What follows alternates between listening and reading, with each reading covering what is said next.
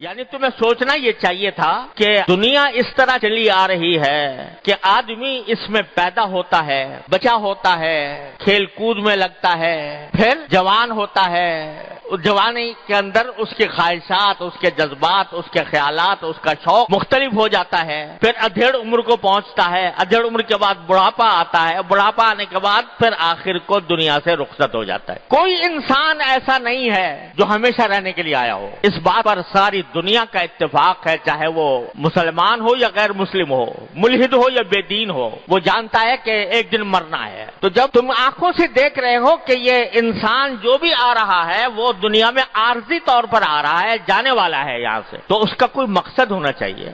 یہ ایک سفر ہے، اور جب بھی کوئی شخص سفر پہ روانہ ہوتا ہے تو اس کے سامنے ایک مقصد ہوتا ہے کہ میں فلاں کام کے لیے سفر پہ جا رہا ہوں۔ تو یہ دنیا جو ہے، یہ بھی دنیا کی زندگی ایک سفر ہے، اور اسی سفر کی منزلیں تم طے کرتے چلے جاتے ہو، چلتے جاتے ہو، یہاں تک کہ دنیا سے رخصت ہو جاتے ہو۔ تو کوئی مقصد ہونا چاہیے اس کا، اس زندگی کا۔ اگر مقصد صرف یہ ہے کہ کھا لیا اور پی لیا، سو گئے اور زیادہ سے زیادہ آرام حاصل کر لیا، تو تم میں اور جانوروں میں کیا فرق؟ جانور بھی کھاتے ہیں، پیتے ہیں، جانوروں کو بھی اللہ تبارک و تعالیٰ رزق عطا فرماتے ہیں، جانوروں کو بھی اللہ تبارک و تعالیٰ بہترین لباس دیتے ہیں۔ ان کے لباس ایسے لباس ہے کہ ان کو انسان قیمتی لباس سمجھتا ہے، بہت بڑے قیمت دے کر وہ حاصل کرتا ہے، اور اپنے آپ کو پر فخر کرتا ہے کہ میں نے وہ لباس پہنا۔ وہ اللہ تعالیٰ نے ان کو مفت دے رکھا ہے۔ تو کھانا ان کا، پینا ان کا، رزق ان کا، لباس ان کا، سب کچھ اللہ تعالیٰ نے ان کو عطا فرما رکھا ہے۔ وہ اگر زندگی کا مقصد یہی تھا تو پھر تم اشرف المخلوقات کیسے بن گئے؟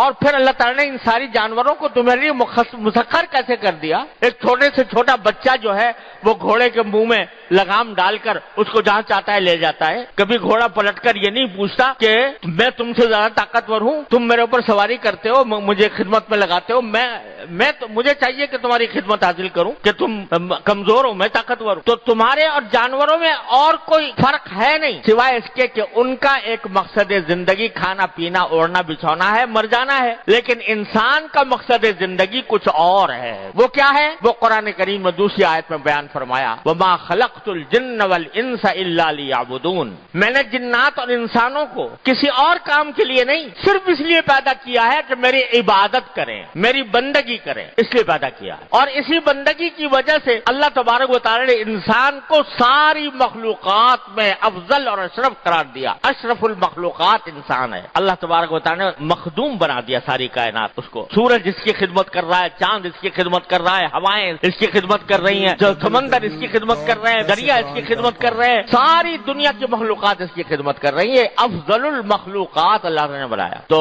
مجھے لطیفہ یاد آ گیا کہ ایک شخص نے حضرت امام ابو حنیفہ رحمۃ اللہ علیہ سے مسئلہ پوچھا کہ میں ایک دن بیٹھا ہوا تھا اپنی بیوی کے ساتھ، ایسی ہنسی مذاق کر رہا تھا، تو اسی ہنسی مذاق میں میرے منہ سے یہ نکل گیا کہ اگر تم چاند سے زیادہ حسین نہ ہو تو تمہیں طلاق، اگر چاند سے زیادہ حسین نہ ہو تو تمہیں طلاق۔ اب وہ کہہ تو دیا زبان سے، لیکن اب پریشان ہوا کہ یا اللہ میں کیسے ثابت کروں کہ میری بیوی جو ہے وہ چاند سے زیادہ حسین ہے۔ تو یہ تو بات ایسا لگتا ہے کہ طلاق پڑ گئی۔ تو حضرت امام ابو حنیفہ رحمۃ اللہ علیہ کے پاس پہنچے اور جا کے کہا کہ حضرت مجھ سے ایسا کلمہ منہ سے نکل گیا ہے، تو کیا میری بیوی کے اوپر طلاق ہو گئی، میرے لیے حرام ہو گئی؟ تو حضرت نے جواب میں فرمایا کہ نہیں، کوئی حرام نہیں ہوئی، تمہاری بیوی انسان ہے، اور قرآن نے کہا ہے لقد خلقنا الانسان فی احسن تقویم، ہم نے انسان کو سب سے زیادہ حسین صورت میں پیدا کیا ہے، قوام میں پیدا کیا ہے۔ لہذا کوئی بظاہر دیکھنے میں کیسی بھی ہو عورت، لیکن وہ چاند سے زیادہ پھر بھی حسین ہے، اس واسطے کہ اللہ تعالیٰ نے اس کو فضیلت عطا فرمائی ہے، اس کو جو حسن عطا فرمایا وہ اللہ تعالیٰ کا عطا فرمودہ، تو اس نے پوری کائنات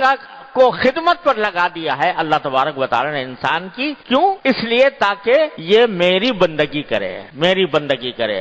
اور کیا خوب کہا ہے مولانا جامی رحمۃ اللہ علیہ نے کہ ابرو بادو مہو خورشید و فلک درکارن تاتو نانے بکفاری و بغفلت نخوری، کہتے ہیں کہ اللہ تعالیٰ نے یہ بادل، یہ ہوائیں اور یہ چاند اور یہ سورج اور یہ آسمان سب تمہاری خدمت میں لگائے ہوئے ہیں۔ یہ چاند، یہ سورج جو ہوتا ہے جب تک وہ اپنی شعاعیں نہ ڈالے، کھیتی کھیتیوں کے اوپر کھیتیاں پک نہیں سکتی. تو بارش برستی ہے ابر سے وہ اس کو کھیتی کو سرسبز کرتی ہے, شاداب کرتی ہے. وہ سارے کام اللہ تعالیٰ نے تمہاری خدمت میں لگائے ہوئے ہیں صرف ایک وجہ سے, تاکہ ایک روٹی تمہارے ہاتھ میں آ جائے. تا تو نانے بکفاری, روٹی ہاتھ میں آئے وہ بغفلت نہ خوری, اور غفلت کے ساتھ تم نہ کھاؤ, اللہ کی نعمت سمجھ کر اللہ تعالیٰ کا شکر ادا کر کے کھاؤ. اس لیے اللہ تعالیٰ نے ساری خدمت میں لگایا ہوا ہے. تو یہ جو زندگی کا اصل مقصد ہے, عبادت اور بندگی, اللہ تبارک و تعالیٰ کی بندگی, یہ ہے انسان کا اصل مقصد جو اسے ہر وقت سامنے رکھنا چاہیے. اپنے ہر نشست و برخاست میں, ہر کام میں, سوتے ہوئے, جاگتے ہوئے, کھاتے ہوئے, پیتے ہوئے, روزی کماتے ہوئے, تجارت کرتے ہوئے, ہر وقت اس کو یہ پیش نظر رکھنا چاہیے کہ میں اللہ کا بندہ ہوں اور اللہ کے احکام کے مطابق زندگی گزارنے کا پابند ہوں.